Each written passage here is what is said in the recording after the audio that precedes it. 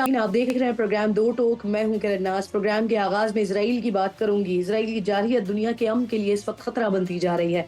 एक साल पहले गजा से शुरू होने वाली लड़ाई अब इसराइल मशरक़ वस्ता के दीगर ममालिक तक फैला रहा है। फलस्तीन में मजलूमों का खून बहा देने के बाद अब इसराइल लबनान में अपनी जंगी जुनून का मुजाहरा कर रहा है। गुज़िश्ता दिनों पेजर और वॉकी टाकी हमलों में तकरीबन 3 दर्जन से जायद अफराद को उनकी जानें लेने के बाद और हजारों को जख्मी कर देने के बाद कल इजरायली फोर्सेस ने रात की तारीकी में लेबनान पर फिजाई हमले किए हैं। होना तो यहाँ पर ये चाहिए था कि जो खुद साख्ता इंसानी हकूक का चैंपियन है वो इसराइल को जंगी जुनून से बाज रहने का दर्ज देता, उनसे बाज पुरस करता। लेकिन इसराइली हमलों के बाद अमेरिका सिर्फ अपने शहरियों को लेबनान से निकलने की हिदायत पर सारा का सारा जोर लगा रहा है। इसराइली हमलों के जवाब में हिजबुल्लाह ने लेबनान से इसराइल के फौजी अड्डे और साहिली शहर पर रॉकेट्स की बारिश की है, जिसके बाद पूरे शिमाली इसराइल में सायरन बजने लगे हैं। हजारों अफराद हिफाजती शेल्टर्स में पनाह लेने पहुंचे हैं। इसराइली हुकूमत ने इन हमलों के बाद तमाम स्कूल्स को पीर की शाम तक बंद रखने के अहकाम भी जारी कर दिए हैं। पिछले साल अक्टूबर में गजा में मौत का खूनी खेल शुरू करने वाला आदमखोर इसराइल अब तक मासूम बच्चों, ख्वातीन और बुजुर्ग शहरियों समेत तकरीबन 41,000 से जायद अफराद को शहीद कर चुका है।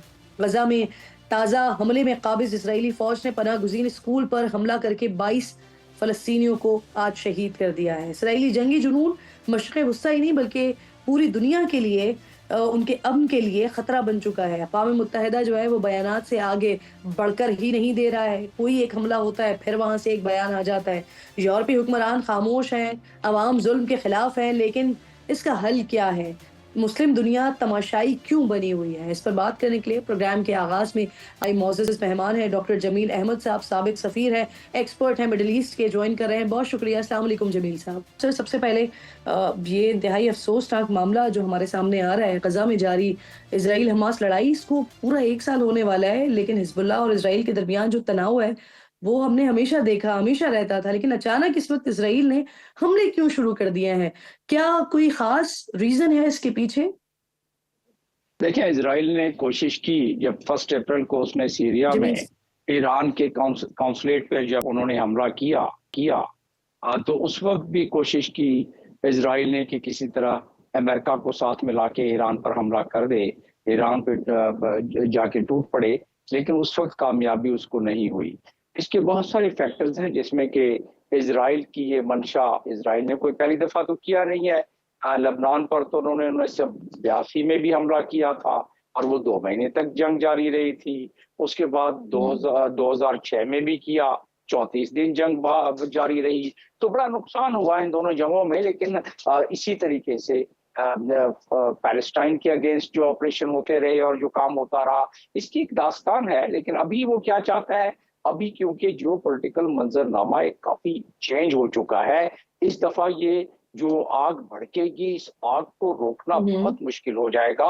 इस बात का इदराक है और खूब अच्छी तरीके से है, अमेरिका को भी अच्छी तरीके से और ईरान को भी है। और यही वजह है कि अभी तक ईरान ने दोबारा हमला नहीं किया, खासतौर पर इस्माइल हनिया के बाद में। तो वो अपने सफारतखाने के मामले में भी जब उन्होंने अपना एक पूरा किया अपने बदले की रस्म, वो एक कैलिब्रेटेड एफर्ट थी। उसमें दुनिया के चंद ममालिक बीच में पड़े कि भी आप भी थोड़ी सा हमला कर लो, इजराइल भी थोड़ा जवाब दे दे और उसके बाद खामोश हो जाना, कहीं आग भड़क ना पड़े। और अमेरिका में उनका ये है कि वो नहीं चाहते कि वो सर, हिजबुल्लाह के पीछे ईरान और शाम है, इजराइल के पीछे अमेरिका और बरतानिया जैसी ताकतें हैं। तो जमील साहब, इस लड़ाई का खित्ते पर क्या असर पड़ेगा? नहीं, खित्ते पर तो क्या पूरी दुनिया पर पड़ेगा, लेकिन खित्ते पर बहुत भयानक असर पड़ेगा। इसलिए भयानक असर पड़ेगा कि ये जो 157 ममालिक हैं ये कुछ भी ना कर सके। और उसके बाद अगर ये मामला हुआ तो यहाँ की अवाम, आपने देखा किस तरह जोंक वो निकलते रहे हैं। खैर दुनिया के दूसरे ममालिक में भी निकले हैं, लेकिन इन ममालिक में गल्फ के अलावा काफी लोग निकले हैं बाहर। लेकिन गल्फ में ये लावा पक रहा है। अगर इस दफा ये हुआ और उनके सरबराहान ने इस पर कोई एक्शन नहीं किया मिलकर, तो इसमें एक बॉटम्स अप प्रेशर हो सकता है, यानी अवाम की इसमें एक अपराइजिंग हो सकती है। कुर्सियां हिल सकती हैं उन हुक्मरानों के जो कि गल्फ में अपनी बादशाहत कायम करके बैठे हुए हैं। और इसका इशारा MBS साहब ने दे दिया, इसका इशारा कि क्या हो सकता है। तो लिहाजा अब और जानते सर हुए ना जानते हुए, हिजबुल्लाह, चाहते हुए ना चाहते हुए, इस जंग में बहुत सारे ममालिक को कूदना जी पड़ेगा। सही सर, इस जंग हिजबुल्लाह में और मैं ये कह इसराइल रहा दोनों था की कि जंगी ये खुद सलाहियतों ब पर खुद क्या राय है भड़कना शुरू आपकी? हो और जाएगी। फिर ओआईसी का किरदार जमील साहब कैसा देखते हैं, जहां सिर्फ और सिर्फ हमें खामोशी नजर आती है? जी हाँ, ओआईसी का किरदार तो हमारे टूथलेस किस्म का इदारा रहा ना। उनके अपने ही चार्टर के उनके पहले ही चैप्टर में दिया हुआ है कि फलस्तीनियों की हम हिमायत और मदद करेंगे, और साथ में उनके जो आर्टिकल 14 है उसमें दिया हुआ है, 18 बल्कि उसमें दिया हुआ है, एक एडिशनल सेक्रेटरी जनरल हम्म। को रखा हुआ है ताकि फलस्तीन के मामले को वो मॉनिटर करे और उसको मुस्लिम दुनिया की खून की हरारत को गरमा के रखे। लेकिन उस वो तो चले फेल हो गई। लेकिन मैं जिस चीज की बात कर रहा था वो ये बात कर रहा था कि इस वक्त जो इस इन तमाम ममालिक में और लोग रहते हैं, उनका गम और गुस्सा बढ़ता जा रहा है, जिसकी वजह से एक लोगों में तनाव पैदा हो रहा है। बॉटम्स अप प्रेशर की वजह से ये कुर्सियां हिलना शुरू हो गई हैं, जिसका सबसे बड़ा एक इसी की वजह से जंग को ज्यादा फैलने से रोका जा रहा है। लेकिन अब ये मालूम होता है कि अमेरिका हम्म। न चाहते हुए भी इजराइल उसको इसलिए खींच के लाना चाहता है कि एक तो ये है कि एक तीर से दो शिकार करे, हिजबुल्लाह हमास का भी, और साथ में ईरान असल उसकी नजर में खटक रहा है। और हम्म। इसलिए खटक रहा है कि ईरान की जी। एनरिचमेंट बकौल इजराइल की और दुनिया के हम्म। वो 65% सर 70% अक़वामे के नजदीक पहुंच मुत्तहिदा गई है, के और वो किसी वक्त जनरल भी सेक्रेटरी ने एटम बम कहा बना है कि वो सकते हैं। लेबनान को दूसरा गजा नहीं बनने देंगे। उनके इस बयान की जमील साहब क्या अहमियत है, जबकि हमारे सामने फलस्तीन है, जहां आज भी सर स्कूल्स पर बमबारी मुसलसल होती है। आज जिस स्कूल पर बमबारी हुई वहां 22 अफराद शहीद हो गए सर। जी, देखें, इससे पहले जिस तरीके से रिफ्यूजी कैंप के स्कूल में बमबारी हुई और बच्चों को जिस तरह उन्होंने बारूद से उड़ा दिया, उस पर हम्म। सिक्योरिटी काउंसिल में रेजोल्यूशन भी पेश हुआ। लेकिन उसके बावजूद कुछ ना हुआ। सिक्योरिटी काउंसिल के हम्म। 1973 में सिक्योरिटी काउंसिल का रेजोल्यूशन 1973 भी मौजूद है, जिसमें टू स्टेट थ्योरी की बात की गई है।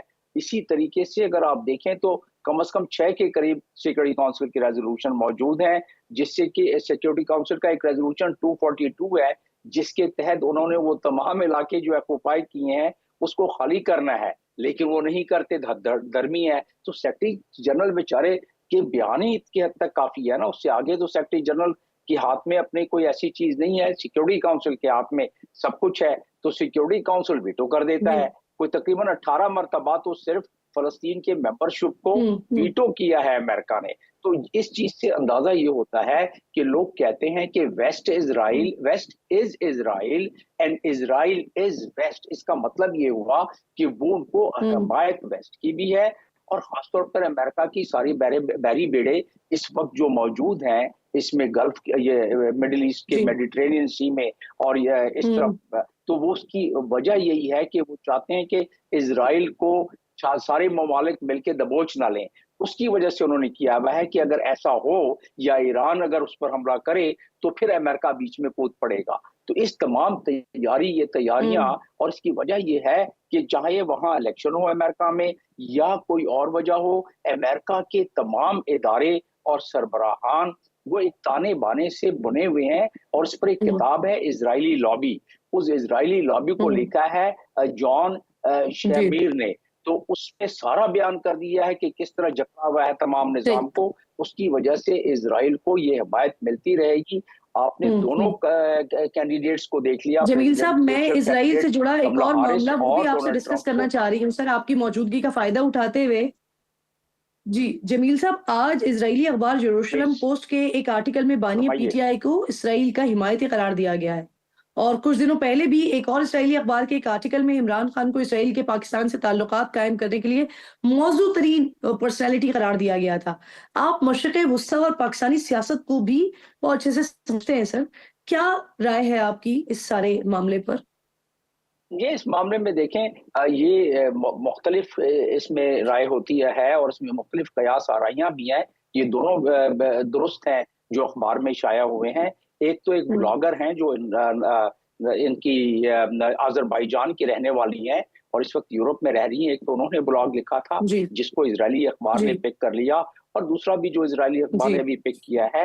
इस दोनों हम्म खबरों को अगर मिला के पढ़ लें तो इसमें हिमायत का तो अंसर नजर आ सकता है इसमें, क्योंकि जो बैकग्राउंड है बानी पीटीआई का उसकी एक वजह, और हम्म दूसरा यह है कि जियोपॉलिटिकल मंजरनामे पर वो देखते हैं कि इनके पीटीआई की वजह से और इमरान खान की वजह से वो बहुत सारे मामलात जो लोग खुद नहीं कर सके वो इस मुल्क में शुरू हो गया है। उसकी वजूहत चाहे सही है, गलत है, अच्छी है, बुरी है, हम्म लेकिन इस वक्त पाकिस्तान में जो एक प्रोपेगेंडा का सिलसिला शुरू हो गया है, इदारों के खिलाफ जो मामलात शुरू हो गए हैं, वो उसमें ये और बात है कि ये जो आवारगी शबनम है इसमें कुछ जुर्म जी आफ्ताब भी है, लेकिन नुकसान बहुत ज्यादा हो रहा है। हम्म तो इस नुकसान से फायदा जी जियोपॉलिटिकल मंजरनामे पर किसका हो सकता है? हम्म जाहिर है इसराइल का होगा, जाहिर है उन लोगों का होगा जो पाकिस्तान हम्म को एक मजबूत जी मुल्क नहीं देखना सही चाहते सही। हैं।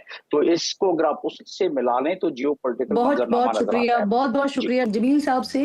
इसराइल की खून रेजी के हवाले से बात हो रही थी, मशरिक़ वस्ता में, मिडल ईस्ट में इसका फ़र्क क्या पड़ेगा, क्या असरात पड़ेंगे, तो वो कह रहे हैं कि ये तो पूरी दुनिया के लिए ही ख़तरनाक सिचुएशन इस वक्त बन रही है। इसराइल से जुड़ा ही एक और अहम मामला भी है नाज़रीन। एक और गैर मुल्की सहाफ़ी है जिसने बानी पीटीआई को इसराइल का हम ख़याल और हिमायती करार दे दिया है। यरूशलेम पोस्ट में मुस्लिम दुनिया और इसराइल की बढ़ती हुई क़ुर्बतों के हवाले से शाये एक मज़मून में लिखा गया है कि साबिक़ वज़ीर-ए-आज़म इमरान खान इसराइल मुखालिफ बयान देने के बावजूद इसराइल से बेहतर ताल्लुकात के इशारे देते रहे हैं। इसी कॉलम में ये भी लिखा गया है कि इमरान खान इसराइल के लिए हम ख़याल सियासतदान हैं और उनकी जमात की इंतख़ाबात में कामयाबी पाक-इसराइल ताल्लुकात का असर-ए-नौ जायज़ा लेने का मौका है।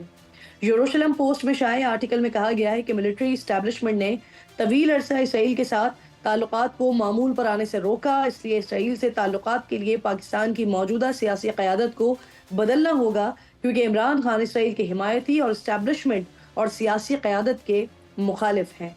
आर्टिकल में मजीद इस राय का भी इजहार किया गया है कि इसराइल से ताल्लुकात में इमरान खान का किरदार कलीदी होगा, क्योंकि वो अवामी राय और फौजी पॉलिसी तब्दील करने में किरदार अदा कर सकते हैं। साथ ही नाज़रीन इसी आर्टिकल में डोनाल्ड ट्रंप की व्हाइट हाउस में वापसी को भी पाक इसराइल ताल्लुकात की बहाली में मुमकिन तेज़ी से जोड़ा जा रहा है। रवा माह के आगाज़ में एक और इसराइली अखबार है टाइम्स ऑफ इसराइल, वहाँ पर भी एक ब्लॉग शाया हुआ था, याद होगा आपको, जिसमें आज़रबाईजान की ब्लॉगर ने अपनी राय का इज़हार करते हुए इमरान खान को पाकिस्तान इसराइल ताल्लुकात इस्तवार करने के लिए मौजू तरीन शख्सियत करार दिया था। तहरीक इंसाफ क़यादत इसराइली अखबारात के मज़ामीन को रद्द करती हुई नज़र आती है, जबकि 2020 में बतौर वज़ीर-ए-आज़म इमरान खान ने कहा था कि पाकिस्तान इसराइल को बतौर रियासत उस वक़्त तक तस्लीम नहीं करेगा जब तक वो फ़लस्तीन को आज़ादी नहीं दे देता। उसी वक़्त एक इंटरव्यू में बानी पीटीआई ने ये भी कहा था कि इसराइल को तस्लीम कर लिया तो पाकिस्तान को कश्मीर से भी दस्तबरदार होना पड़ेगा, लिहाज़ा उनका ज़मीर कभी ये गवारा नहीं करेगा। लेकिन मौजूदा मज़ामीन कुछ और ही बात कर रहे हैं, कुछ और ही कह रहे हैं। तो ये सारा मामला है क्या? इस पर बात प्रोग्राम में मेरे इंतहाई मोअज़्ज़ज़ मेहमानों में सेनेटर वलीद इकबाल साहब मुझे जॉइन कर रहे हैं, पाकिस्तान तहरीक इंसाफ के सीनियर रहनुमा हैं। अली गौहर बलोच साहब पाकिस्तान मुस्लिम लीग नून के सीनियर रहनुमा हैं, मुझे जॉइन कर रहे हैं। आप दोनों मेहमानों की मैं शुक्रगुज़ार हूँ। इसके साथ-साथ साकिब बशीर साहब कोर्ट रिपोर्टर हैं, क्योंकि ये मखसूस नशिस्तों का मामला है, 13 रुकनी बेंच का मामला है, प्रैक्टिस एंड प्रोसीजर एक्ट का मामला है, तो इस पर बात करने के लिए साकिब बशीर साहब भी प्रोग्राम में मेरे साथ मौजूद होंगे। अली गौहर बलोच साहब बहुत शुक्रिया, अस्सलाम वालेकुम सर। सबसे पहले ये बताइए, इसराइली अखबार में कुछ लिखा है, मौजूदा हुकूमत का मौक़िफ़ भी वही है, लेकिन क्या इस हवाले से कोई सबूत भी मयस्सर है? आप हुकूमत का हिस्सा हैं, अगर इस वक़्त भी कुछ ठोस नहीं है तो फिर क्या ये इल्ज़ामात नहीं है? बिस्मिल्लाहिर्रहमानिर्रहीम। देखिए किरण साहिबा, बुनियादी तौर पर तो बात ये है कि ये कोई पहली दफ़ा नहीं हुआ। जिस तरह से आपने देखा कि आज से कई बरस पहले कुछ प्रेडिक्शन डॉक्टर इसरार साहब ने की थी, फिर हकीम सईद साहब ने की, फिर उसके बाद आपने इंग्लैंड में देखा कि जिस तरह से एक मुसलमान उम्मीदवार जो मेयर के थे लंदन के, उनकी बानी पीटीआई ने मुखालफत की। तो जाहिर है कि एक ख़ास लॉबी के लिए जो उनकी हमदर्दी है और जो उनके वो वक्तन फ़क्तन उसका कहीं ना कहीं इजहार करते रहें। और यही वजह है कि जो अखबारात में अब इजराइल के अखबारात में ये तज्जिया आ रहे हैं और ये चीज़ें आ रही हैं, ये उसी का शाखसाना है। अगर आपने वो पढ़ा है तो उसमें उन्होंने यही कंपैरिजन किया है कि ये जो शख्सियत है सियासी तौर के ऊपर, ये इजराइल को मनवाने के लिए मतलब है कि वाहिद सियासतदान है पाकिस्तान में जो मौसर साबित हो सकते हैं।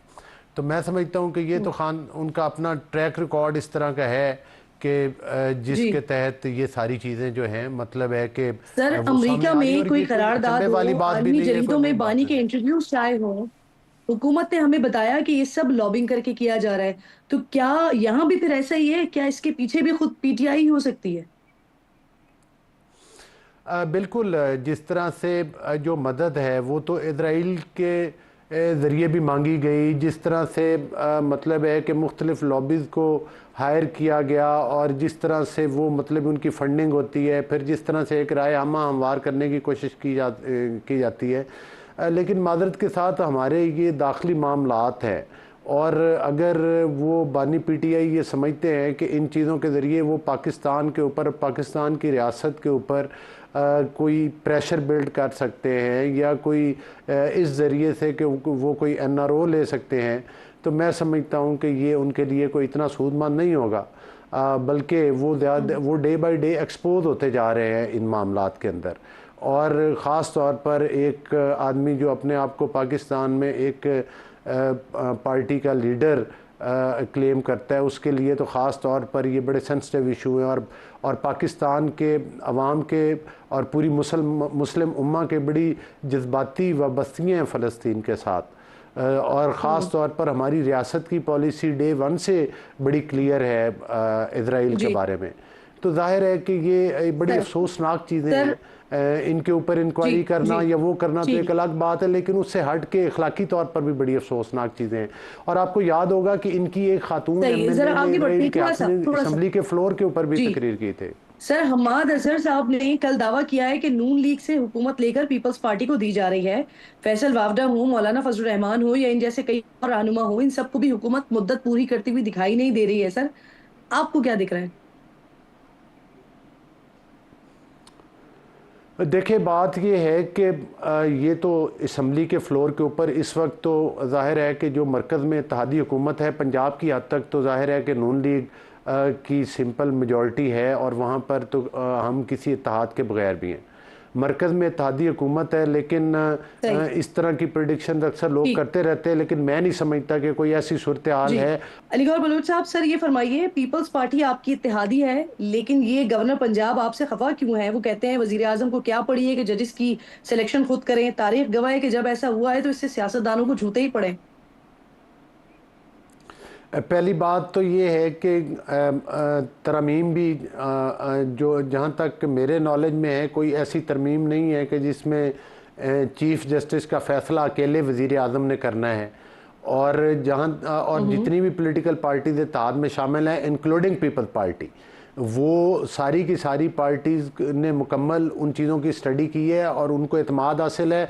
और उस हवाले से आप ख़ुद बिलावल भुट्टो साहब के पिछले 2 दिन के बयानात हैं, मेरा ख्याल है कि गवर्नर साहब को वो सुन लेने चाहिए। और जहाँ तक ये वो कह रहे हैं कि जब तक कोई चीज़ें सामने ना आएँ उस वक्त तक किसी भी पार्टी के किसी भी बंदे का उनके ऊपर कोई कमेंट करना कि ये तजवीज़ है और ये ऐसे नहीं होनी चाहिए, मेरा ख्याल है सबसे पहले तो उन्हें बिलावल साहब से ही पूछ लेना चाहिए कि वो तरमीम क्या है और वो हैं भी या नहीं है, और वो आया नून लीग की तरफ से है या पीपल्स पार्टी की तरफ से। ये सारी चीज़ें तो फिर बिल्कुल ठीक, बिल्कुल ठीक। सेनेटर वलीद इकबाल साहब भी साथ मौजूद हैं मेरे। बहुत शुक्रिया सेनेटर साहब। सर सबसे पहले मुझे ये बता दीजिए, ये इसराइल के टाइम्स ऑफ इसराइल, अब यरूशलेम पोस्ट, ये खान साहब अचानक से कैसे और क्यों इसराइली अखबारात में मौजूद बहस बन गए हैं? क्या वजूहात है इसके पीछे सर? आप बताएं, आपने ये मजमून पढ़ा है जी? पहले तो ये बताएं मुझको। जी सर, इसीलिए तो मैं आपसे पूछ रही हूँ। नहीं तो उसमें उस मजमून में क्या लिखा हुआ है जी? कोई एक सहाफ़ी कोई एक मजमून लिखता है और ये कोई ऐसे इसराइल से बेहतर ताल्लुकात के इशारे मेरी अर्ज़ सुन ले, मेरी अर्ज़ तो सुन ले। सर आपने मुझसे सवाल किया तो मुझे जवाब भी तो मैं देने कह का रहा हूँ मौका कि दें इकबाल साहब। प्लीज अब आप बोलिए, मैं सुन रही हूँ खामोशी से। मैंने तो आपसे मैंने आपसे सवाल ये किया कि आपने पढ़ा है आर्टिकल या नहीं पढ़ा, हाँ या ना में उसका जवाब होता है। आपने कहा आपने पढ़ लिया तो ठीक है, फिर मैं, क्योंकि मैंने पढ़ा है ना, मैं उसकी बात करता हूँ आपसे उसके बाद। मैं आपको सिर्फ इतना बता दूँ, ये कोई किसी बरतानवी मेंबर ऑफ पार्लियामेंट के कोई मुआविन हैं जिन्होंने ये मजमून लिखा है, शायद इनका कोई ताल्लुक इसराइल से है। और इस मजमून का मतन अगर आप पढ़ें, उन्होंने अपनी एक ज़ाती राय का इजहार किया है। कोई एक शख्स ने ज़ाती राय का इजहार किया है, ठीक है, और उसने ज़ाती राय का इजहार करते हुए इस तवक्को का इजहार किया है कि अगर पाकिस्तान और इसराइल के कोई ताल्लुकात हों तो उसमें हो सकता है कि इमरान खान साहब अगर इक़्तिदार में हों तो वो उनको किसी तरीके से इस्तवार कर सकते हैं। तो एक तवक्को का इजहार करना, इसका हमारे से क्या ताल्लुक है? वो एक शख्स है जो कि कोई एक तबसरा कर रहा है, ये उसने बात की है। दूसरी बात ये अच्छा वली साहब, ये आपने बिल्कुल दुरुस्त बात की कि एक सहाफ़ी ने अपनी राय का इजहार किया है। प्लीज मेरी बात पूरी सुन ले, लेकिन सर मेरी पूरी बात सुन ले प्लीज प्लीज। आपने अगर सवाल किया, मेरी पूरी बात सुन ले, मैं पूरा जवाब दूंगा। उन्होंने उसके अलावा अब्राहम अकॉर्ड्स की बात की है जिसमें नेतन्याहू और डोनाल्ड ट्रंप और इन सब ने मिलकर साइन किए थे, और बहरीन, जिसमें मुसलमान मुल्क दीगर जो हैं उन्होंने इसराइल को तस्लीम किया है या अपने ताल्लुकात उनसे बनाए हैं। अब इसके बाद जो सऊदी अरेबिया बड़ा अहम इस हवाले से एक मुल्क है, और उसके जो MBS जो हैं या जो क्राउन प्रिंस हैं, उन्होंने इस बात का अंदिया दे दिया है कि जब तक इसराइल अपना जुल्म जो है वो ख़त्म नहीं करता जो वो हो रहा है गजा के अंदर, कोई इस किस्म की कोई चीज़ हो ही नहीं सकती। तो ये एक, और ज़ाहिर है सऊदी अरेबिया से पाकिस्तान के असल ताल्लुकात हैं, तो उसके ऊपर भी उसका इन्हिसार है कि पाकिस्तान की कोई पॉलिसी जो है शायद उसमें कोई तब्दीली आ जाए अगर सऊदी अरेबिया कोई अपनी पॉलिसी में तब्दीली लाए। लेकिन मैं आपको बता दूं, पाकिस्तान ने पिछले कम से कम 50 या 60 साल से एक मौक़िफ़ इख्तियार किया हुआ इसराइल के बारे में, वो मैं वाज़ेह कर दूं। और वो बड़ा बिल्कुल क्लियर है कि नहीं मेरी बात पूरी सुन ले, मेरी बात सुन ले पूरी प्लीज। 19 मैं इस मौजू के ऊपर बात पूरी करनी, जब तक बात पूरी नहीं होगी ये मौजू के ऊपर। अब 1967 से पहले के बॉर्डर्स जो हैं अगर इसराइल एक्सेप्ट कर लेता है, नंबर 1, नंबर 2, आज़ाद रियासत फ़लस्तीन की एक्सेप्ट कर लेता है इसराइल अल कुद्स शरीफ को कैपिटल के साथ, तो पाकिस्तान की एलानिया पॉलिसी है कि हम भी फिर इसराइल से बातचीत कर लेंगे। ये इस पॉलिसी से कभी भी गवर्नमेंट के अंदर भी और गवर्नमेंट के बाहर भी हमने, PTI ने, इमरान खान ने कभी नहीं कहा कि हम इससे बाहर जाएंगे। तो कहानी खत्म हो गई। अब मुझे इजाजत है, किसी अखबार में कोई शख्स कोई अखबार में कोई शख्स अपनी राय का इजहार करता रहे, कोई शख्स, कोई तीसरी पार्टी अगर अखबार में अपनी राय का इजहार करे, होते हैं और वो ये मामला को दुरुस्त कर सकते हैं, ये बेसिकली अहम सवाल है। सेकेंडली ये कि ये इमरान खान के अलावा किसी और सियासतदान के लिए, पाकिस्तान के किसी और सियासतदान के लिए कभी ये राय नहीं कायम हुई, इस वजह से ये इस पर सवाल उठ रहे हैं। अब सबसे इंपॉर्टेंट ये सर कि अगर ये बात दुरुस्त नहीं है जैसा कि आप कह रहे हैं, जैसा कि आपके बाकी लोग कह रहे हैं, और इससे ऑब्वियसली आपको नुकसान पहुंच रहा है, तो क्या ये जो इससे आप ये वाले सहाफी हैं या इससे पहले जो खातून सहाफी थी जो कुछ लिख रही हैं उनके खिलाफ आप लोग कोई कानूनी एक्शन लेंगे? हम पे कोई इल्ज़ाम तो नहीं लगाया उन्होंने। कोई आप कानूनी एक्शन उस वक्त लेते हैं जब कोई झूठा इल्ज़ाम लगा। मैं आपको फिर, क्योंकि आपने मुझे बात मुकम्मल नहीं करने दी, मैं कह रहा हूं कि अगर कोई तीसरी पार्टी किसी तवक्को का इजहार कर देती है अबाउट समथिंग, उसका हमारे से क्या ताल्लुक है? किसी राय का इजहार करती है, वो हमारी पॉलिसी की स्टेटमेंट तो नहीं है, वो कोई हमारा मौक़िफ़ तो नहीं है, तो वो करते रहे राय का इजहार। कोई तीसरी पार्टी हो, वो मर्द हो या औरत हो, या इसराइल से हो या फ़लस्तीन से हो या चाइना से हो या रूस से हो, वो हर वक्त कोई ना कोई किसी ना किसी तवक्को का इजहार हो रहा होता है। पाकिस्तान की पॉलिसी में फिर से कह रहा हूं, बिल्कुल वाज़ेह है, बिल्कुल वाज़ेह है किसी कानूनी कार्रवाई की। ठीक, एक छोटा सा ब्रेक लीजिए, ब्रेक के बाद वापस आते हैं। प्रोग्राम में एक बार फिर आपको खुशामदीद कहूंगी। तो वली साहब थोड़ा सा आगे बढ़िए सर, ये बताइए कल लाहौर का जलसा हो गया आपका, क्या है आप लोगों का अगला लाहे अमल, अगला प्लान, अगला जलसा कब होगा, कहाँ होगा, और सर सबसे इम्पोर्टेंट ये कि क्या समझते हैं आप इससे हासिल क्या किया PTI ने, गेन क्या किया सर? देखिए जी, हमारा एक ये बड़ा मैं समझता हूँ कामयाब जलसा था, और मैं ये नहीं कहता कि ये मैं कह रहा हूँ या मेरी राय है। इसमें ज़रा आप देख लें कि मुख्तलिफ तज्ज़िया निगार जो हैं वो क्या राय दे रहे हैं। इन तजिया नगारों में मैं मरियम औरंगजेब को या अज़मा बुखारी को या तावला तारुड़ को नहीं शामिल करता, बिकॉज वो तो अपनी पार्टी का मौक़िफ़ देंगे ना। आप देख लें, हर शख्स, हर तजिया नगार जो मैंने कम अज़ कम देखे हैं, हर एक ने अपने लिख के भी और अपने वीलॉग में भी ये बात की है कि जिस किस्म के हालात में, जिस किस्म की आखिरी मिनट पे इजाज़त दी और कभी 43 कंडीशंस के साथ, ये पाकिस्तान की तारीख में सिर्फ ये मिसालें इस दौर में ही कायम हो रही हैं कि ये पॉलिटिकल अपार्थाइड जिस तरह हो रही है कि जी 3 से 6 बजे तक जलसा होगा। अदरवाइज आपने भी देखा कि 6 बजे के बाद तो असल जलसा शुरू होता है। और अगर आप कोई ये समझता है कि ये जलसा फ्लॉप था या किसी किस्म की नाकाम चीज़ थी, मैं तो खुद वहाँ पे गया हुआ था, मैंने देखा है ना कि कितने जतन करके वहाँ पहुँचना पड़ता है और किस तरह से वहाँ पे बुजुर्ग और ख़वातीन और वहाँ बच्चे और नौजवान और हर किस्म के लोग जो थे वो इतना दूर, 24 किलोमीटर तो मेरे घर से वो दूर है, 40 मिनट के फासले के ऊपर वहाँ जो पहुँचे हैं। तो कोई और पार्टी और मैं खास तौर पे PMLN को कहता हूँ, खास तौर पे PMLN को कहता हूँ कि जलसा करके दिखा दे, ये तो एक कॉर्नर मीटिंग करे तो इन पे पथराव हो जाएगा। इनकी इतनी एक्सेप्टेबिलिटी जो है वो जीरो के ऊपर है। तो और ये मैं आप ये देख लेना, ये रास्ते रोकने की कहानियां, बाबू साबू में रास्ता रुका हुआ है,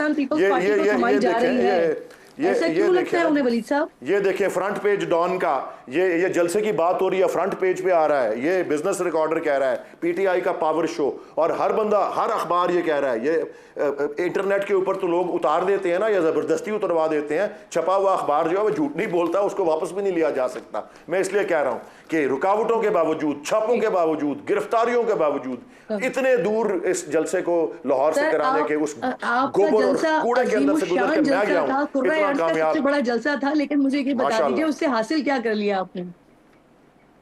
हाँ जी, उससे हासिल ही हो गया कि सबको ये पैगाम चला गया, और खास तौर के PMLN को जो भी हथकंडे पिछले कम से कम 18 महीनों से इस्तेमाल हो रहे हैं, एक सियासी जमात और उसकी सपोर्ट को नहीं कुचला जा सकता। अब वलीद साहब, अब मुझे बता दीजिए, बड़ी दफा कोशिश की है, पाकिस्तान पीपल्स पार्टी को हुकूमत थमाई जा रही है PMLN से लेकर, आप कह रहे हैं कि एक्सेप्टेंस खत्म हो गई है, बाहर निकलेंगे तो इनको पत्थर पड़ेंगे। तो सर ऐसा क्यों लग रहा है आप लोगों को? बिल्कुल, मुझे हुकूमत दी जा रही है क्यों लग रहा है PMLN से लेकर पीपल्स पार्टी को? जी मैं तो हमारे साहब के दावे को कोट कर रही हूं। मुझे इतना पता है क्योंकि मैं भी रोज बाहर जाता हूं, मैं भी रोज लाहौर में, कराची में, इस्लामाबाद में मुख्तलिफ, मैं ये कह रहा हूं, मैं सिर्फ ये अर्ज कर रहा हूं कि मैं ये देख रहा हूं कि इनकी एक्सेप्टेबिलिटी जीरो है, इनकी एक्सेप्टेबिलिटी जीरो है। मैं ये देख रहा हूं, मैं जहां जाता हूं इनको हर जगह गालियां पड़ रही हैं और हर जगह हमसे पूछा जा रहा है जी खान साहब कब रिहा होंगे, हमारे दिलों में बसते हैं। ये मैं हर जगह जहां मैं जाता हूं यही सवाल होता है। इसलिए मैं इस नतीजे मेरे पास ये इंफॉर्मेशन नहीं है कि पीपल्स पार्टी को मिल रही है, लेकिन इस बार आपसे ज्यादा उनसे डील पीपल्स पार्टी कर रही थी। सर आज भी मौलाना ने कहा कि नवाज शरीफ से जो बातें होनी थी हो गई हैं, उनका किसी से कोई राब्ता नहीं है। मियां साहब ने भी उनसे कोई राब्ता नहीं किया, क्या वजह है इसकी? नहीं, मौलाना फजलुर रहमान साहब के साथ हमारी क़यादत के बड़े दरीना ताल्लुकात हैं, और सियासी अमूर पर भी और सियासत से हट के भी, और ज़ाहिर है कि वो मतलब है, लेकिन हर पार्टी का अपना एक पॉलिटिकल पॉइंट ऑफ व्यू होता है, एक फ़ैसला होता है। तो ज़ाहिर है राब्ते उनके साथ रहते हैं। शहबाज शरीफ साहब की भी मुलाकात उनके साथ हुई, नवाज शरीफ साहब भी पिछले दिनों में उनसे मिले थे। तो मैं समझता हूँ कि ये तो कोई ताज्जुब वाली बात नहीं है। दूसरी ये गुजारिश है कि पार्टीज़ के जलसे तो ठीक है, ये अपनी वो मतलब बंदा कोई या किसी पार्टी का कोई बंदा किसी खुशफहमी का शिकार रहे। पिछले दिनों KPK में इलेक्शन हुए हैं, वहाँ पर 2 इलेक्शन हुए हैं वक्फे से। दोनों इलेक्शन में KPK में PTI हारी है इलेक्शन, एक में तो चौथे नंबर पर आया है और दूसरे में पता नहीं कौन से नंबर पर आया। उसके अलावा जो अभी ज़िमनी इंतखाबात हुए, कसूर में हुए, PMLN ने बड़े बड़े जलसे भी किए, मोस्टली सीटें PMLN ने जीती और बाकी पीपल्स पार्टी ने जीती। देखिए, जब कोई हुकूमतें होती हैं तो हुकूमतों का अपनी जो है वो कारकर्दगी की तरफ ध्यान होता है, ख़ास तौर पर जिन हुकूमतों ने डिलीवर करना हो। ये वही पार्टी है जो एक वक्त में, हाँ, आपके हल्का NA 97 में दोबारा गिनती की दरखास्त समाअत के लिए मुकर्रर हो गई है अली साहब, तो क्या उम्मीद है, क्या कौमी असम्बली में आ रहे हैं आप दोबारा? देखिए, ये तो जाहिर है कि लीगल फोरम पे जाना हर शहरी का बुनियादी हक है, और जाहिर है मैं मतलब है कि डे वन से इलेक्शन कमीशन, आरओ ऑफिस और उसके बाद हाई जी कोर्ट और काफ़ी फॉरम्स पे मेरे हक़ में भी फ़ैसले हुए, कहीं ख़िलाफ़ भी हुए। तो ज़ाहिर है कि मेरी अपील है और मैं तवक्को करता हूँ कि मुझे आला अदलिया से इंसाफ मिलेगा। लेकिन ज़ाहिर है कि मेरे ठीक ख़िलाफ़ भी होते रहे हैं फ़ैसले। ये तो कहते हैं कि मन हाँ मर्ज़ी के फ़ैसले आ जाते हैं, अगर मन मर्ज़ी के आते हैं तो फिर मेरे जी ख़िलाफ़ क्यों हुए? तो ये ज़्यादा ठीक करेक्शन मतलब इन चीज़ों की तो करनी चाहिए। अब आपको दूसरा लगता मैं है कि आपके आप आ प्रोग्राम जाएंगे की असेंबली वसात में? से बिल्कुल ठीक। जी नहीं, मैं इसका जब तक फैसला ना आ जाए तो मैं इस बारे में, हाँ अलबत्ता मेरा मौक़िफ़ ये है कि मैं समझता हूँ कि अल्हम्दुलिल्लाह मैं बिल्कुल मेरिट पे हम्म, है और मेरा मतलब हक़ बनता है और वो मिलना चाहिए और मैं इंसाफ की तवक्को करता हूँ। लेकिन मैं इसके साथ साथ एक गुजारिश सही ज़रूर करूँगा। देखिए बात यह है जी कि एक वो वक्त था जब 14 में से 13 ये लोग ज़िमनी इलेक्शन हार रहे थे। कल जी इनसे पूछें कि जो इनके लोग थे, जब खुद आपने अंडरटेकिंग दी है तो खुद 4 बजे आप 3 बजे केपीके से निकल रहे हैं और आकर जी ट्रकों के शीशे तोड़ रहे हैं, किसी चीफ मिनिस्टर को शोभा देता है। एक इनका ये वजीर आला शाहकार है, एक इनके बुज़दार जी साहब थे, वो भी पूछे किधर गए, वो भी तो जी इन्हीं की कल ये लीडरशिप का डिस्कस कर फैसला चुके था, हैं, कल जिनके कल ये हम जरिए जो डिस्कस कुछ कर चुके पंजाब में हैं होता रहा वो अली किसी से साहब। ढका बिल्कुल छुपा हुआ ठीक नहीं। बिल्कुल ठीक। सेनेटर साहब ये बात फरमाइए सर, बानी जो है वो खुद हो या पाकिस्तान तहरीक इंसाफ की पूरी क़यादत हो, सबको ऐसा क्यों लगता है कि इमरान खान का जो ट्रायल है वो मिलिट्री कोर्ट में होगा? पहले इमरान खान ने इस हवाले से अदालत से रुजू किया, अब सलमान अकरम राजा कह रहे हैं कि आईनी तरमीम का मकसद खान साहब को फौजी अदालतों से सज़ा दिलवाना है। क्या आपके पास इस हवाले से कोई मुसद्दिक़ा इन्फॉर्मेशंस मौजूद है सर? देखें जी, वकला जो केस कर रहे हैं उनके पास यकीनन मेरे से ज़्यादा हुँ, हुँ। इन्फॉर्मेशन है, क्योंकि मैं उन केसों में वकील नहीं हूँ और मैंने वो केस की फ़ाइल नहीं पढ़ी हुई। लेकिन ये आम नॉलेज है और मैं उस हद तक हुँ, उस आम हुँ। नॉलेज का भी जो है उसको उसकी जो है अक्कासी कर सकता हूँ, क्योंकि मेरे इल्म में भी वो है। हमारे जो तर्जुमानों के लेवल पर भी जो हमारी गुफ्तगू होती है, क्योंकि उसमें हम ज़ाहिर है उसमें वकला तो नहीं, महज और भी लोग हैं, तो हर कानूनी हुँ, तफसील में तो हम नहीं जाते। लेकिन एक बात बड़ी रोज़े रोशन की तरह जी, वाज़ेह है कि जो सिविल अदालतों के हुँ, अंदर केसेस हैं वो तमाम जो है बोगस और फ्रिवलस हैं।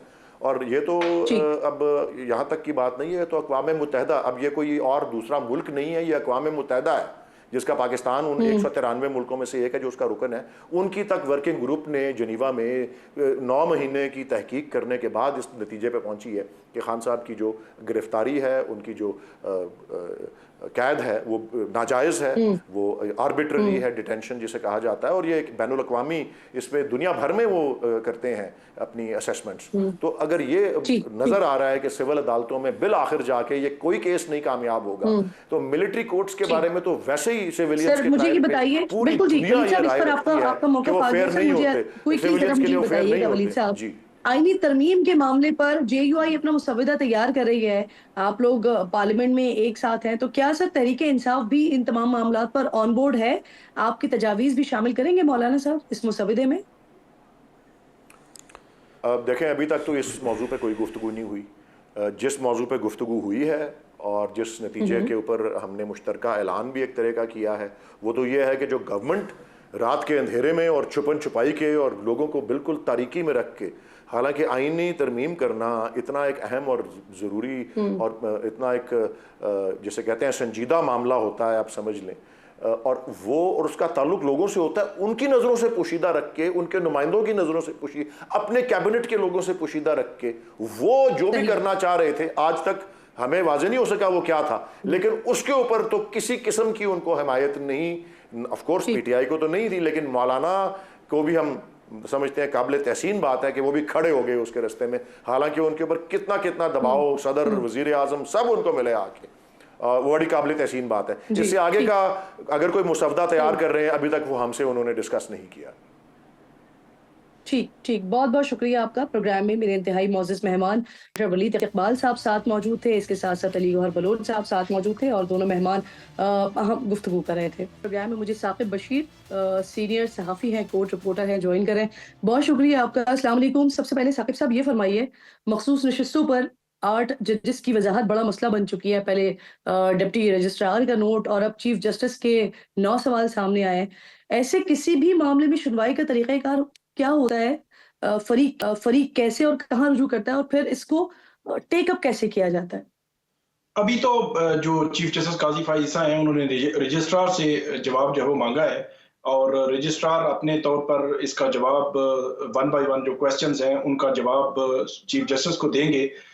इसके बाद वो ज्यादा से ज्यादा जो चीफ जस्टिस हैं रजिस्ट्रार या जो अमला है उनके हवाले से कुछ भी लिख सकते हैं, कुछ भी ऑब्जर्वेशंस दे सकते हैं, लेकिन तरीकाकार वही है, डायरेक्टली जो चीफ जस्टिस है इस तरह किसी भी जज के जुडिशियल ऑर्डर को इस तरह एडमिनिस्ट्रेटिव साइड पे क्वेश्चन नहीं कर सकते। और दूसरी बात, अभी मखसूस नशिस्तों का तफसीली फैसला आना बाकी है, तो मुख्तसर फैसले में क्योंकि 12 जुलाई को उसमें ये लिखा गया था कि अगर इलेक्शन कमीशन को जरूरत पड़े तो इलेक्शन कमीशन सुप्रीम कोर्ट से बता सकता है किसी मामले में अगर कंफ्यूजन उसको महसूस हो, तो इलेक्शन कमीशन ने बताया और 8 जजेस ने उसका जवाब दे दिया। अब जब तफसीली फैसला आना है तो ये भी तवक्को आप कर सकते हैं कि इसका जवाब भी तफसीली फैसले में मुतवक्को तौर पर आ सकता है कि जो लिखा गया था और उसके बाद जो वजाहत जारी की गई थी, क्योंकि ये वजाहत भी और जो मुख्तसर फैसला है वो भी तफसीली फैसले में आएगा। तो ये दो पैरेलल चीजें हैं। ये आप यूं कह सकते हैं कि सुप्रीम कोर्ट के अंदर का जो एक जो आरा की तकसीम है, जो राय की तकसीम है, जो 12 जुलाई के फैसले के बाद और उससे पहले भी कुछ जो बेंच बन रहा था उस वक्त भी हमें नजर आना शुरू हुई। 12 जुलाई का जब फैसला आया था तो उसके बाद जो supreme Court Practice and Procedure act की कमेटी थी उसके सामने 18 या 19 जुलाई को नजरसानी जो मुस्लिम लीग नून और पीपल्स पार्टी की रखी गई, तो वहां जो जस्टिस मंसूर अली शाह और जस्टिस मुनीब अख्तर ने इत्तेफाक नहीं किया और चीफ जस्टिस कह रहे थे कि नजरसानी फिक्स होनी चाहिए। फिर अरशद शरीफ का केस था, वो केस फिक्स होना था, तो उसमें जो मीटिंग मिनट्स जारी हुए तो ऐसे तासुर मेरा था जैसे 2 जो जजेस हैं कमेटी के उनके खिलाफ जा रहा है, फिर एडिशनल मीटिंग मिनट्स उनकी जानिब से जारी हुए नजर आ रही है। मखसूस नशिस्तों का बेंच साकिब साहब 13 रुकनी था, लेकिन वजाहत 8 यानी अक्सरियती फैसले देने वाले जजेस ने दी। तो सर जब वजाहत तलब की जाती है तो अक्सरियती फैसला देने वाला जो बेंच है, बेंच ही उस पर वजाहत देता है या वो भी जिन्होंने इस फैसले से जुज़वी या कुल्ली तौर पर इख्तिलाफ किया हो, कौन देता है वजाहत?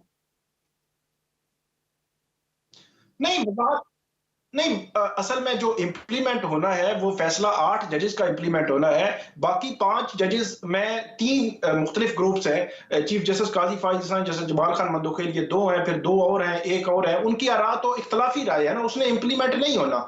इम्प्लीमेंट 8 नहीं होना है तो इम्प्लीमेंटेशन के हवाले से 2 तरीकेकार होते हैं इम्प्लीमेंटेशन के। या तो सुप्रीम कोर्ट फैसला देती और ये ना लिखती कि वजाहत के लिए आप आए या ना आए, उसके बाद अगर उस पर अमल ना होता, जो अमल नहीं हुआ, और उसकी कंटेम्प्ट ऑफ जो कोर्ट की पिटीशन जो है फाइल हो जाती, जो हो चुकी है, तो contempt of court supreme court बैठती, वही बेंच बैठता और उसके बाद उसको सुनता और उसकी इम्प्लीमेंटेशन कराता। दूसरा तरीकाकार जो है वो ये उन्होंने कहा कि इसका जो अगर आपको वजाहत चाहिए होगी तो आप वजाहत ले लेना। अब जो बड़ा टेक्निकल और लीगल क्वेश्चन भी है कि जो वजाहत वाला मामला है उस पर 8 जजेस ने जो वजाहत जारी की, उस पर एक तरफ जो है वो एक परसेप्शन ऐसी बनी है कल के 9 सवालात के कि उस पर पूरा रोस्टर जारी करना, काज लिस्ट नोटिस जारी करना जरूरी था, और दूसरी तरफ 8 सुप्रीम कोर्ट के जजेस हैं, सुप्रीम कोर्ट के जजेस, वो भी यकीनी तौर पर उनके पास भी कोई वैलिड इसका रीजन होगा और वो तफसीली फैसले में जो आ सकता है। अच्छा, एक और बात, साकिब इस फैसले पर तो इस पर तो वजाहत आ गई, लेकिन तफसीली फैसला कब तक आने का इम्कान है? राय को क्वेश्चन जी, तफसीली फैसला भी बहुत जल्द जो है वो आने का इम्कान है। अब एग्जैक्ट तो नहीं पता कि वो कब आएगा, लेकिन आने वाले हफ्ते में या 1.5 हफ्ते में, तकरीबन 8-10 दिनों में, इन हफ्तों के अंदर अंदर ये फैसला जो है वो आ सकता है, क्योंकि इसका बहुत इंतजार है। 12 जुलाई से ऑनवर्ड ये तासुर था कि 9 सितंबर को सुप्रीम कोर्ट का नया साल शुरू हुआ तो उसके बाद फैसला आ जाएगा, क्योंकि नजरसानी जो है वो फिक्स होनी है। अब क्योंकि चीफ जस्टिस काजी फाइज जो है 25 अक्टूबर तक है वो बेंच में मौजूद है नजरसानी, क्योंकि 13 जजेस ने सुननी है, वही 13 जजेस जिन्होंने पहले 12 जुलाई अक्सरियती जजेस की वजाहत में इलेक्शन एक्ट में तब्दील का जिक्र भी किया गया था, हालांकि इस हवाले से तो किसी ने भी वजाहत नहीं मांगी थी, तो इसकी क्या जरूरत पड़ी सर? इलेक्शन एक्ट में जो वजाहत के हवाले से था मामला, वो पीटीआई की जानिब से जो पहले इलेक्शन कमीशन ने एक जो है वो दायर की थी, वहां पे आपने सारी तफसीलात दी थी कि इन क्वेश्चंस की वजह से हम सुप्रीम कोर्ट के 41 मेंबरान जो कौमी असम्बली है पीटीआई के, उनकी हद तक हम फैसला नहीं कर पा रहे। एक पूरा सीक्वेंस बना के सुप्रीम कोर्ट को दिया था, फिर पीटीआई की जानिब से भी पूरा एक सीक्वेंस बना के उनके जवाबात जो है वो सुप्रीम कोर्ट में जमा करवाए गए थे। तो उस तनाजुर में वो जो उसका जो इलेक्शन एक्ट वाली बात जो है वो वहां पे यकीनी तौर पर जो पीटीआई की जानिब से जिक्र की गई, क्योंकि इलेक्शन एक्ट में जो लाया गया है, अभी स्पीकर कौमी असम्बली ने जो खत लिखा है इलेक्शन कमीशन को, उसमें यह कहा है कि 12 जुलाई का फैसला रिडंडेंट हो गया है, कि गैर मौसर हो गया है। तो उस गैर मौसर वाला जो मामला है उसकी एक तो अब जो है वो वजाहत जो एक और केस में आई है सुप्रीम कोर्ट से, कि माजी से इतलाक किन सूरतों में होगा कि अगर नहीं, लेकिन तहरीक इंसाफ ने तो इलेक्शन एक्ट पर अब वजाहत मांगी है, पहले तो नहीं थी। मैं ये कह रहा हूं कि इलेक्शन एक्ट जो है अभी जो तरमीम लाई गई है वो अगस्त के पहले वीक में, जब 12 जुलाई का फैसला आया तो उसके बाद से ये प्रोसेस शुरू हो गया था। अगस्त के पहले वीक तक जो है वो ये जो इलेक्शन एक्ट में तरमीम हो चुकी और उसके बाद मामला इलेक्शन कमीशन पहुंच चुका। अब 2 पॉइंट्स थे जिन पॉइंट्स की बुनियाद पर इलेक्शन कमीशन आगे नहीं बढ़ रहा था। एक तो वो माजी का मामला कि इलेक्शन कमीशन खुद कह रहा था कि जब 3 रोज में एक जो किसी मेंबर असेंबली ने एक पॉलिटिकल पार्टी ज्वाइन कर ली तो दूसरी वो कैसे ज्वाइन कर सकता है। और दूसरा फिर इलेक्शन एक्ट आ गया कि वो उसकी पार्टी पोजीशन वही हो, उसकी पोजीशन वही होगी जो 3 दिन में अगर उसने पॉलिटिकल पार्टी। अच्छा, अब मुझे ये बताइए साकिब साहब, अब मुझे बताइए, हुकूमत ने Practice and Procedure Act ordinance जारी कर दिया है, जिसके बाद Supreme Court Practice and Procedure Committee की तश्कील 9 भी कर दी गई है। अब ऐसे कौन से केसेस हैं जो समाअत के लिए मुकर्रर हो सकते हैं? क्या 63A वाले केस की नजरसानी की दरखास्त भी समाअत के लिए मुकर्रर हो सकती है क्या? नहीं, वो तो प्रायोरिटी पे है, बिल्कुल वो हुकूमत के मद्देनजर भी है और उसी के लिए ही बज़ाहिर ऐसे लगता है कि ये जो तब्दीली भी की गई है। और उसके बाद चीफ जस्टिस ने भी जो जस्टिस मुनीब अख्तर के बाद के जो जज थे उनको भी शामिल नहीं किया, जो सीनियर 3 जज थे, जस्टिस याह्या अफरीदी, उनके बाद जस्टिस अमीनुद्दीन खान। ये एक पॉसिबिलिटी है, ये तासुर मिल रहा है कि शायद हम ख्याल होने की वजह से जो है उनको शामिल किया गया है। जो 63 वाली आपने बात की वो ही केस है सबसे इंपॉर्टेंट, जो आइंदा फिक्स होने का इम्कान है। और कल क्योंकि मंडे का बताया जा रहा है कि इम्कान है कि वो कमेटी का इजलास होगा और उसके बाद उस पर बेंच बनना और उसके बाद उसकी नजरसानी फिक्स होने के, बहुत जल्दी फिक्स होने के इम्कान हैं। बहुत शुक्रिया साकिब बशीर साहब, प्रोग्राम में आप साथ मौजूद थे, हम मामलात पर बात कर रहे थे। अब आगे क्या होने जा रहा है और क्या मुमकिन तौर पर हो सकता है अदालती मामलात में, इस पर आप बात कर रहे थे। वक्त भी खत्म हो गया है नाज़रीन, इंशाल्लाह आपसे जुमे को मुलाकात होगी। अपना और अपने मुल्क का खास ख्याल रखिए, फ़लस्तीन को अपनी दुआओं में याद रखिए। अल्लाह निगहबान।